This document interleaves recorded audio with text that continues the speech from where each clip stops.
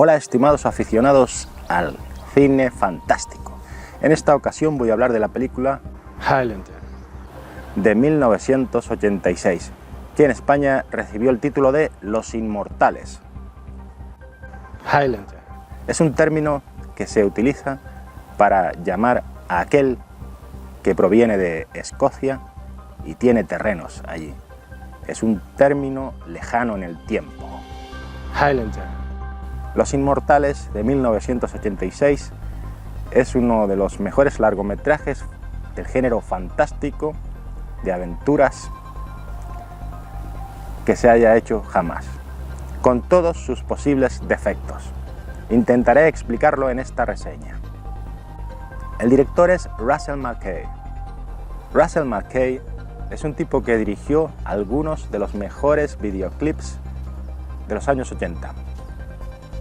Este hombre dirigió vídeos musicales para gente como Duran Duran, Elton John, Queen.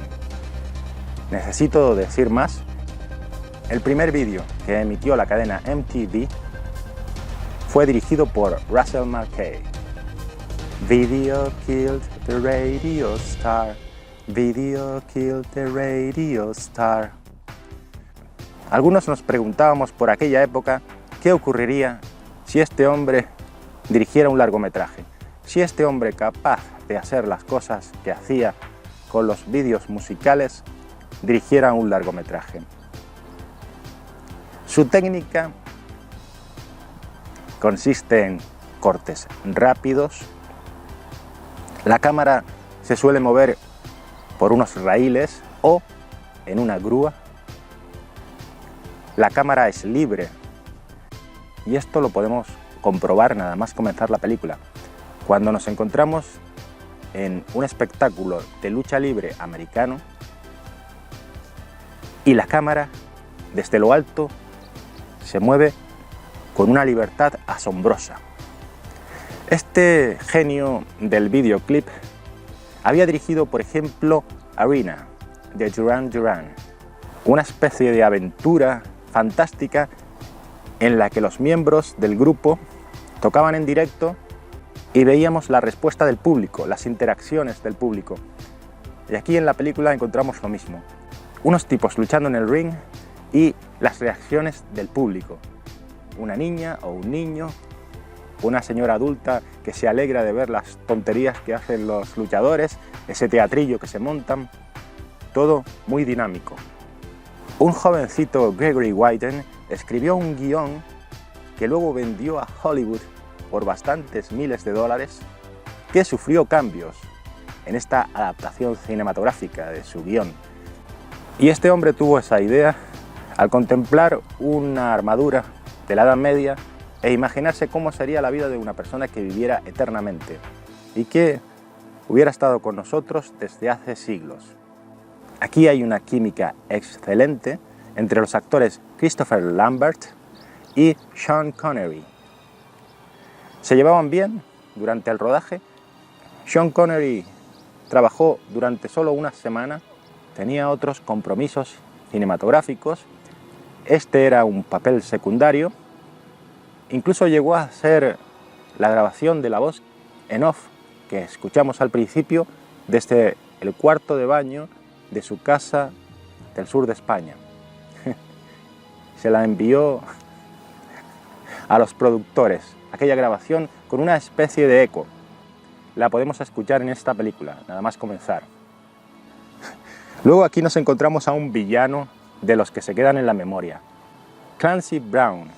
Este hombre tiene una voz curiosa. Si la ves en versión original, descubres que este tipo tiene una voz de malote realmente atractiva.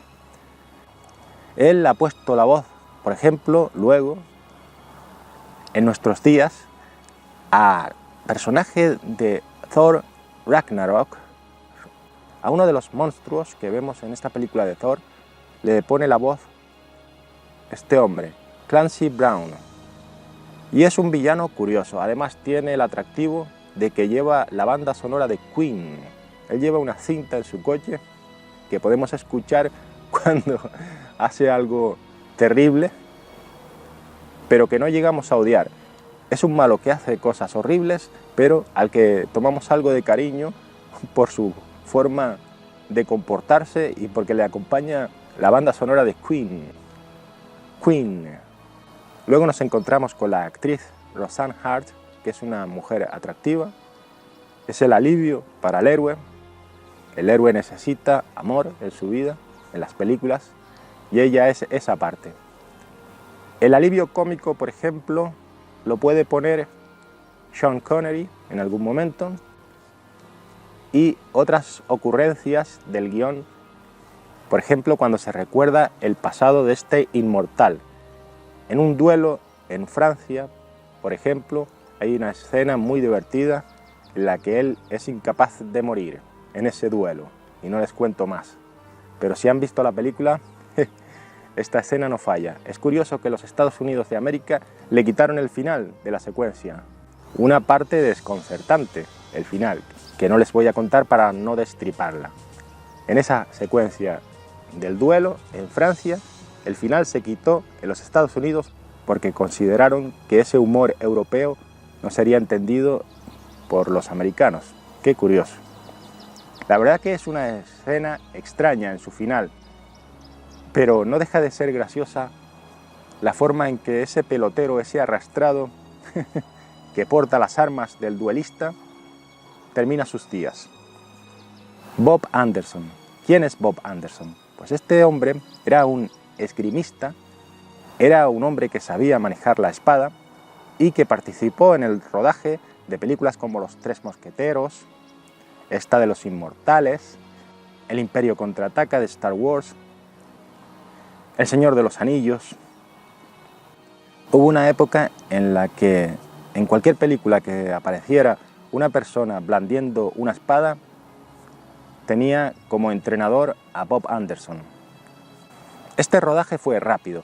Quizás no tuvieron demasiado tiempo para preparar esas escenas de duelo, pero son atractivas, son singulares y hay que entenderlas. Hablando de esto, se me ocurre recordar que en la historia, en el guión, MacLeod, que es el protagonista, Connor MacLeod, el escocés, interpretado por Christopher Lambert, yo creo que al principio de la película, cuando se encuentra en su primer momento, en su primera vida, en Escocia, allá por el siglo XVI, él es un hombre de mujeres, un amante, y no ha luchado mucho. Por eso, en su primer enfrentamiento, o en ese enfrentamiento que vemos en la película, con ese terrible villano, ese hombre monstruoso, que él se asombra en el campo de batalla cuando lo ve. Nadie quiere luchar contra él porque está reservada su suerte a este terrible villano, a este monstruo que se pone una máscara horrible en el campo de batalla y que es grande, es un tipo enorme que acojona. Yo tenía unos 14 o 15 años cuando vi la película y el tío imponía, el malo de esta película. Más en un caballo enorme de esos españoles, un caballo gigante, negro, que suelen usar las películas, caballos amaestrados en España, y lo ves, que acojona hasta el protagonista, y se lo carga enseguida. Esto está al principio de la película, no es un spoiler, además es inmortal, el protagonista. Entonces, ¿por qué digo todo esto? ¿Por qué explico todo esto? Porque yo creo que ese personaje necesita un adiestramiento, todavía no está formado en la lucha con espada. Y aquí es donde participa el personaje de Sean Connery, ese 007 convertido en un inmortal. Él dice primero que es español y luego que es egipcio. Sean Connery simula una especie de acento extraño, aunque dice Ramírez, no Ramírez, como diría un peninsular, un español de la península ibérica. Él dice Ramírez. Villalobos tiene un nombre complejo. Sánchez, Villalobos, Ramírez, la madre que lo parió. Es un tipo curioso, que adiestra en el manejo de la espada a Connor MacLeod. Y la química que hay entre los dos es fantástica. Hay un par de secuencias juntos, por ejemplo, cuando están en aquel lago y le muestra su inmortalidad a Connor. Connor cae en el agua y lo vemos debajo del lago, en las profundidades, caminando. Eso te sorprende la primera vez que ves la película, más si eres adolescente y estás en los 80. La película tiene una serie de secuencias fantásticas que son asombrosas y siguen funcionando hoy en día por su estética de videoclip, por su ritmo dinámico, por esa fantasía que consigue Russell Mulcahy en cada toma, en cada movimiento de cámara. Y una base muy importante en este largometraje es Queen, la banda británica, Freddie Mercury, Roger Taylor. Vamos a ver, ¿quién no ha soñado con que alguien ruede un largometraje colocando la banda sonora del grupo que más le gusta? Entonces, Los Inmortales les da ese placer a los seguidores de Queen, en los que me incluyo. Primeramente solo iban a hacer una canción, pero los miembros de la banda vieron parte de la cinta y se ilusionaron con el proyecto. Incluso hicieron una canción exclusivamente para la película. Esta que dice Who wants to live forever? Who wants to live forever? De Brian May. A Kind of Magic de Roger Taylor. It's a Kind of Magic. Luego el mismo director dirigiría el videoclip de esa canción. Princess of the Universe. Es otro de los temas que escuchamos nada más comenzar esta película, en su caso. Esa magia de estas canciones da un toque fantástico, increíblemente mágico a esta película. La parte orquestal está al cargo de Michael Kamen, que también tiene ese toque fantástico que concuerda muy bien con esos movimientos de cámara que tiene Russell. La cámara que se mueve sobre raíles o sobre una grúa de una forma majestuosa en algunas ocasiones. Por ejemplo, en el momento en que están velando el cadáver los escoceses de Conor MacLeod, y unos instantes antes vemos que la cámara se desliza sobre unos raíles en una panorámica desde lejos. Vemos cómo se desliza armoniosamente, mostrándonos aquel escenario. Esas son cosas que no se valoran. Hay críticos hoy en día, críticos de 20 o 30 años, que no valoran este tipo de arte. Desde que salió la película y fue vapuleada por los críticos estadounidenses, diciendo muchas burradas sobre ella, por ejemplo, que era una película muy violenta, ultraviolenta, y que no tenía mucho sentido nada de lo que ocurría. Bueno, esos son argumentos que se pueden utilizar contra cualquier película fantástica, del género de la fantasía. ¿Cómo vas a decir tú que en el género de la fantasía se abusan de elementos increíbles?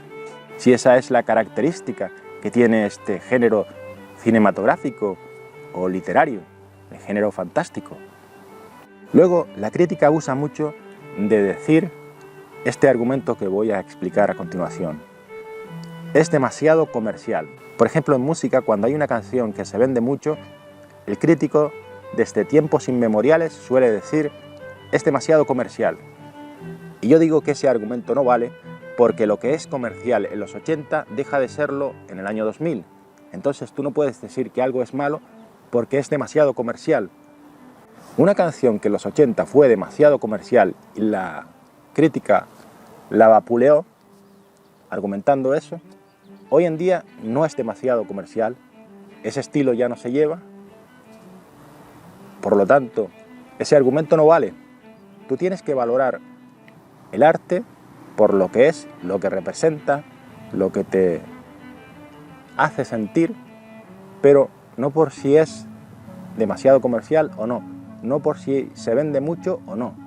Que se venda mucho o poco le puede ocurrir a Michael Jackson, por ejemplo, o a Freddie Mercury en su etapa en solitario. Hay una canción aquí de Queen, New York, New York, que nunca salió en un disco a la venta. No ha estado en ningún recopilatorio ni ningún disco de Queen. Y es curioso porque es una buena interpretación de la canción.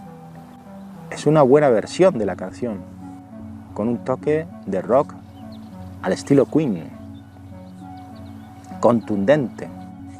Bueno, compañeros, yo lo que les diría es que este largometraje tiene una carga de nostalgia para mí, porque lo vi en el cine del pueblo vecino cuando tenía 15 años.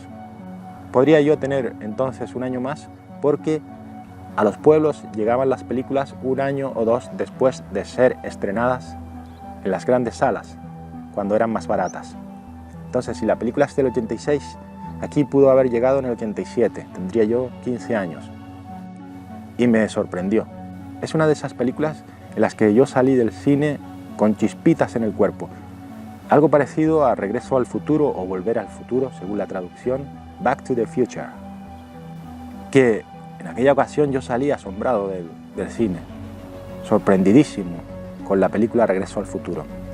Y con Los Inmortales me ocurrió algo parecido. Yo salí del cine con aquella fantasía dentro de la cabeza, asombrado por aquella historia fantástica y contento, alegre de esa vivencia, de esa experiencia cinematográfica. Le he escuchado decir a gente que no tiene esa conexión de nostalgia con la película que este largometraje no es tan bueno. Sin embargo, he querido detallar por qué sí lo es, por qué es un buen largometraje. Porque tiene un buen lenguaje cinematográfico del estilo o estética de los videoclips de los años 80, porque tiene una buena historia sobre inmortales y sus vivencias a lo largo de las distintas décadas, incluso siglos, porque los actores tienen una química excelente. Sean Connery es uno de los grandes actores de la historia del cine, porque la banda sonora es increíblemente buena, es fantástica, es magia en estado puro, porque ya no se hacen películas así, porque todo está creado de una forma artesanal, sin tirar de elementos creados por programas informáticos. Aquí cuando las espadas chocan, saltan chispas. Aquí cuando dos coches chocan, son dos coches reales, no están creados por programas informáticos. Cuando algo se cae, se derrumba, por ejemplo un castillo viejo, son piedras de cartón piedra, y entramos en esa fantasía porque sabemos que no van a poner piedras de verdad cayendo al lado del actor para que lo escachen. Toda esa fantasía de neón, con esas luces de neón muy ochenteras, están ahí y son reales. Los actores las sintieron mientras grababan la película. No me alargo más. Gracias por estar ahí. Gracias a la persona que me dijo que hablara de esta película. No la nombro para no molestar y me despido hasta el programa que viene, si es que hay un programa que viene. Que tengan ustedes un día agradable. Gracias. Esta película está cojonuda, no se la pierdan. Esta película es una obra de arte, no se la pierdan.